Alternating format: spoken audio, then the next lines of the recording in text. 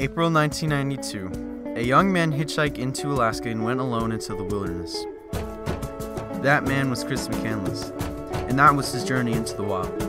This project is supposed to be our journey. For 3 weeks, 52 High-Tech High International freshmen, with the help of their teachers Aaron Wyatt and Mara Smith, prepared to escape society and normal routine. Their destination? Anza Borrego State Park, California. For this project, we began by reading Jon Krakauer's Into the Wild and studying other adventures in humanities while we built our own camping equipment, including soda can stoves, coolers, tents, and headlamps in physics. We learned and thought about today's society and its effect on nature and how easy it is to become detached. We explored the impact this detachment has had on us individually and the role nature plays in our lives. We were asked to keep detailed journals highlighting the different components of the project, which would later be used to create beautiful books that capture our individual and collective accounts. Oh yeah, barely, but you can see it. It came out of the holes. You can tell if it's coming out of the fuel. Oh, obviously yours. It's just to have fun and do what truly makes you happy and step outside of your comfort zone. And even if society doesn't really want you to do that, it's just doing what deep down makes you happy. Well, I knew that styrofoam was a good insulator, and so I'm not really done yet, but I've started with styrofoam.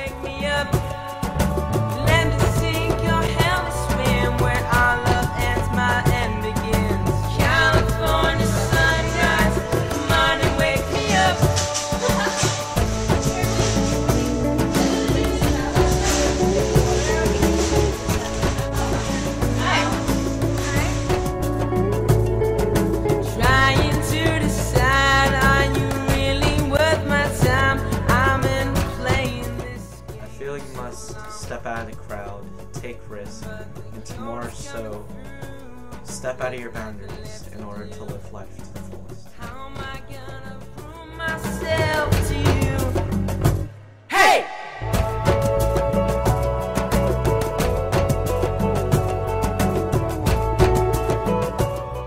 So we're making coolers in Mara's class to learn about physics concepts, and then we're going to take them camping. Well, I put a lot of different layers in my cooler with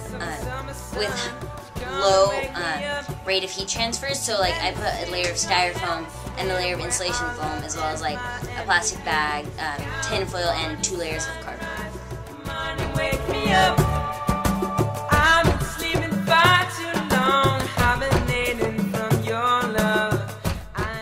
Headlamps, we used a parallel circuit, which means that if one of your lights blows out, not all 3 of them do. And so with this information, we created our headlamps that we will be using for our camping trip on Thursday.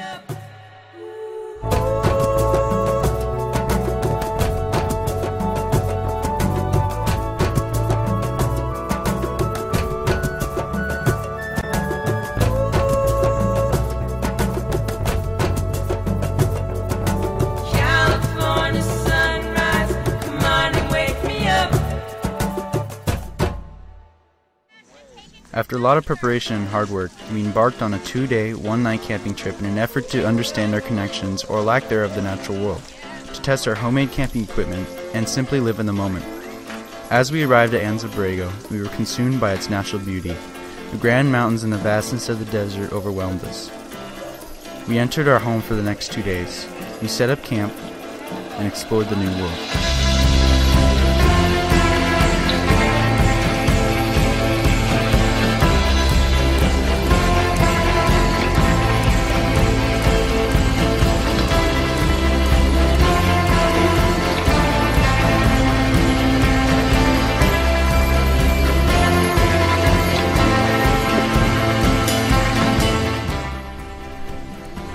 When it came time to make dinner, the group showed their culinary skills by making things like nachos, tacos, and cheeseburgers.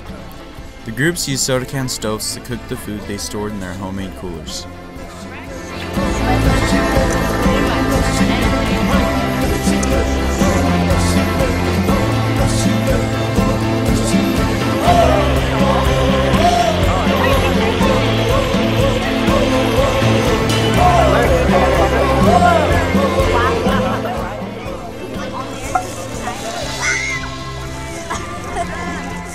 best cook ever.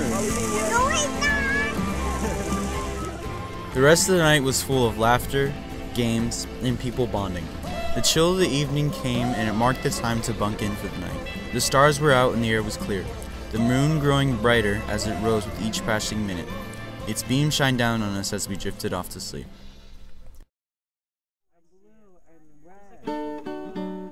When we woke to a cold, clear morning.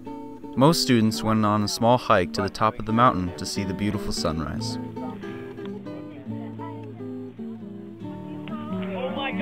Down the way where the nights are gay and the sun shines daily on the mountain top.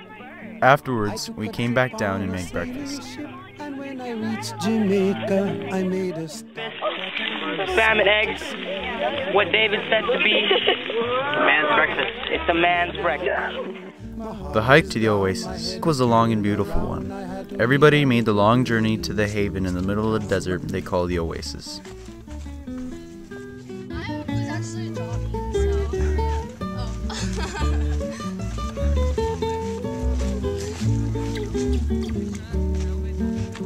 Sounds of laughter everywhere and the dancing girls swaying to and fro. I must declare my heart is there, though I've been from Maine to Mexico. But I'm sad to say I'm on my way. Won't be back for many a day. Upon getting there, we all cooled off in the water and rested on the rocks.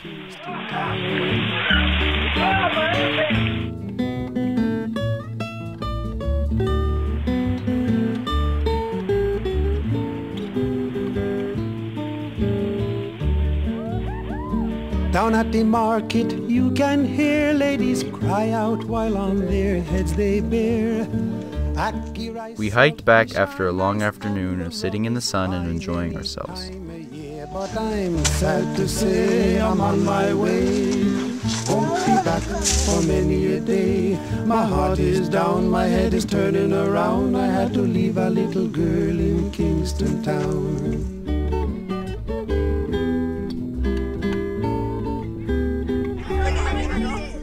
Exhausted faces were on the bus as we drove back to civilization, leaving the world of nature behind. Down the way where the nights are gay and the sun shines daily on the mountain top. My highlight of the trip was when we went on the hike to the oasis and hung out there for a long time and ate food.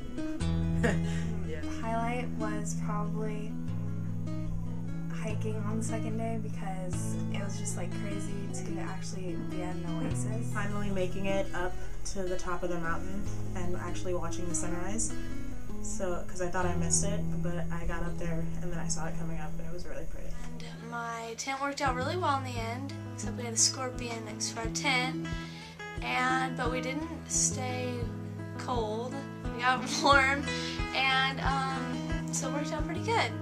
I would probably change that there's holes in the side of our tent, because like there's little pockets and my head was right by it when I was sleeping, so that's what I would change. Well, my name is Madison and I made a cooler.